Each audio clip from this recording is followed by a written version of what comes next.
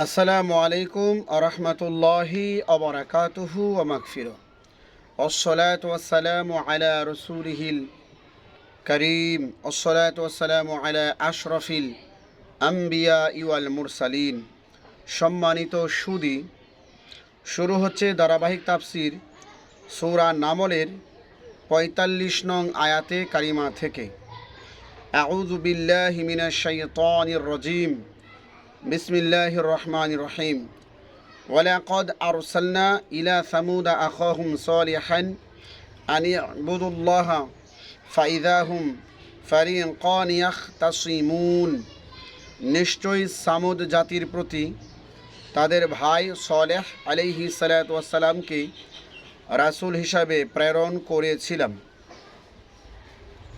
যে তোমরা আল্লাহর ইবাদত করো। অতঃপর তারা দুই দলে বিভক্ত হয়ে তর্ক শুরু করে দিল। সামুদ জাতির ঝগড়া ছিল দিন নিয়ে। মুজাহিদ বলেন, দুদল বলতে বিশ্বাসী এবং অবিশ্বাসীদেরকে বোঝানো হয়েছে। একদল নবীদের কথা বিশ্বাস করেছে আর একদল অবিশ্বাস করেছে। ক্বালা ইয়া কওমি লিমা তাস্তা'জিলুনা বিস-সাইয়্যাতি ক্বাবলাল হাসানাহ লাউলা তাস্তাগফিরুনাল্লাহা লাআল্লাকুম তুরহামুন। সালেহ আলাইহিস সালাতু ওয়াস সালাম বললেন, তোমরা কল্যাণের পূর্বে কেন অকল্যাণ কামনা করছো? তোমরা কেন আল্লাহর কাছে ক্ষমা প্রার্থনা করো না? ক্ষমা প্রার্থনা করলে সম্ভবত তোমরা আল্লাহর অনুগ্রহ লাভ করতে পারবে। তোমরা আল্লাহর ক্ষমা এবং রহমতের পরিবর্তে তোমরা আল্লাহ তাআলার আযাব কেন চাচ্ছ? তোমরা হয়তো আল্লাহর কাছে ক্ষমা চাইলে আল্লাহ তাআলা রহমত দ্বারা তোমাদেরকে পরিবেষ্টন করে রাখবেন।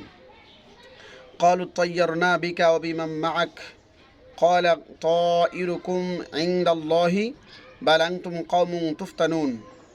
সামুদ জাতি বলল, আমরা তোমাকে এবং তোমার সাথীদেরকে অমঙ্গলের কারণ মনে করি।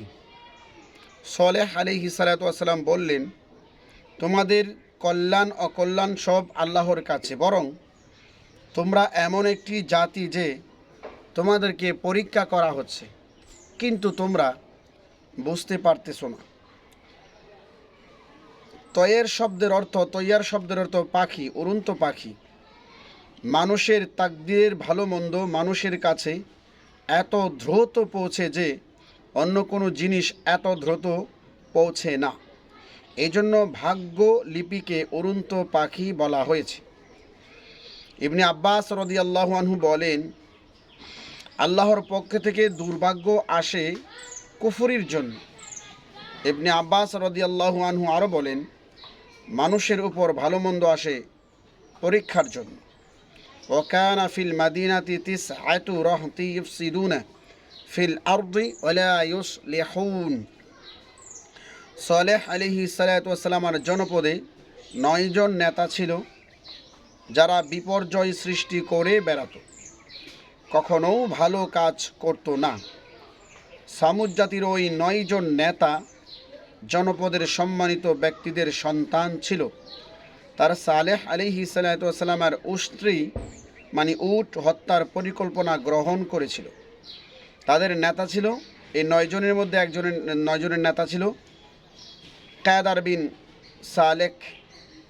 সেও উটটি হত্যার দায়িত্ব নিয়েছিল। ক্বালু তাকাসামু বিল্লাহি লানুবাইয়িতান্নাহু ওয়া আহলাহু সুম্মা লানাকুলান্না লিওয়ালিয়িহি মা শাহিদনা মাহলিকা আহলিহি ওয়া ইন্না লাসাদিকুন। তারা বলল, তোমরা পরস্পর আল্লাহর নামে শপথ করে নাও যে অবশ্যই আমরা রাত্রিবেলায় সালেহ আলাইহিস সালাতু ওয়াস সালাম এবং তার পরিজনবর্গকে হত্যা করব। তারপর অবশ্যই আমরা তার অভিভাবককে বলবো, আমরা তার পরিজনের হত্যা দেখিনি এবং নিশ্চয়ই আমরা সত্য বলেছি। আল্লাহর নামে কসম করে সালেহ আলাইহিস সালাতু ওয়াস সালামকে হত্যার পরিকল্পনা করে 9 দলের 9 নেতা সম্মিলিতভাবে সালেহ আলাইহিস সালাতু ওয়াস সালামকে এবং তার পরিজন বর্গকে হত্যা করবে, এ ব্যাপারে কেহ যেন পিছপা না হয়, কেহ যেন অনুপস্থিত না থাকে, এই বিষয়টি পাকাপাকি করার জন্য তারা পরস্পর আল্লাহর নামে শপথ করে নেয়ার সিদ্ধান্ত নিয়েছিল। তাই জেনে নিতে হবে যে আল্লাহকে বিশ্বাস করলে কেহ মুমিন হয় না। এই 9 নেতা আল্লাহর নবীকে হত্যা করার জন্য আল্লাহর নামের শপথ করছে। তাই যে শুধু আল্লাহকে বিশ্বাস করে নবীকে বিশ্বাস করে না, সে কাফির। সূরা নিসার 150 নং আয়াত দ্বারা ঈমানের ক্ষেত্রে যারা আল্লাহ এবং রসুলের মধ্যে তারতম্য সৃষ্টি করে, তারা প্রকৃত কাফির। 9 দলের 9 নেতা আল্লাহর নামে শপথ করে নবীকে এবং তার পরিজনকে হত্যার উদ্দেশ্যে ঘর থেকে বেরিয়ে পড়ল। ইবনে আব্বাস রাদিয়াল্লাহু আনহু বলেন, ওই রাত্রে আল্লাহ তাআলা সাল্লাল্লাহু আলাইহি সাল্লামকে এর বাড়ি পাহারা দেওয়ার জন্য ফেরেশতা পাঠিয়ে দিলেন। যখন ওই 9 নেতা উন্মুক্ত তলোয়ার নিয়ে সালেহ আলাইহিস সালাতু ওয়াস সালামের বাড়িতে উপস্থিত হলো, ফেরেশতারা একটি পাথর নিক্ষেপ করলেন। তারা পাথর দেখতে পেল, কিন্তু ফেরেশতা দেখতে পেল না। তারা সবাই নিহত হলো, মারা গেল। মুতাকিল বলেন, তারা একটি পাহাড়ের ঢালে অবতরণ করেছিল এবং একে অপরের দিকে তাকাচ্ছিল যে কিভাবে সালেহ আলাইহিস সালাতু ওয়াস সালামের বাড়ি যাবে। এমতো অবস্থায় পাথরটি উড়ে এসে তাদের উপর পতিত হলো। তারা সবাই ধ্বংস হয়ে গেল। ওয়ামাকারু মাকরাউ ওয়া মাকারনা মাকরাউ ওয়া হুম লা ইয়াশউরুন। তারা একটি চক্রান্ত করেছিল, আমি তাদের চক্রান্তের প্রতিকার করলাম, অথচ তারা বুঝতে পারেনি। ফানজুর কাইফা কানা আকিবাতু মাকরিহিম ইন্না দাম্মারনাহুম ওয়া কওমাহুম আজমাইন। অতএব তোমরা দেখো তাদের ষড়যন্ত্রের পরিণাম কি হয়েছিল। আমি তাদেরকে ধ্বংস করেছি এবং তাদের সমগ্র জাতিকে ধ্বংস করেছি। ষড়যন্ত্রকারী 9 নেতাকে প্রথমে পাথরের আঘাতে হত্যা করা হয়েছে, তারপর সমগ্র জাতিকে ধ্বংস করা হয়েছিল একটি বিকট শব্দের মাধ্যমে। ফাতিলকা বুয়ুতুহুম খাওয়িয়াতাম বিমা যালামু ইন্না ফি যালিকা লাআয়াতান লিকাওমি ইয়ালামুন। তাদের জুলুমের কারণে এই তো তাদের বাড়ি ঘরগুলি খালি পড়ে আছে। নিশ্চয়ই এর মধ্যে রয়েছে নিদর্শন শিক্ষা ওই জাতির জন্য যারা জ্ঞান রাখে, চিন্তা ভাবনা করে। তাদের জুলুমগুলি ছিল 3 ধরনের। 1, তারা নিদর্শন দাবি করেছিল 10 মাসের গাভীন উষ্টি পাথর থেকে বের করে দেখানো হোক। 2, সেই উষ্টিকে তারা হত্যা করেছিল।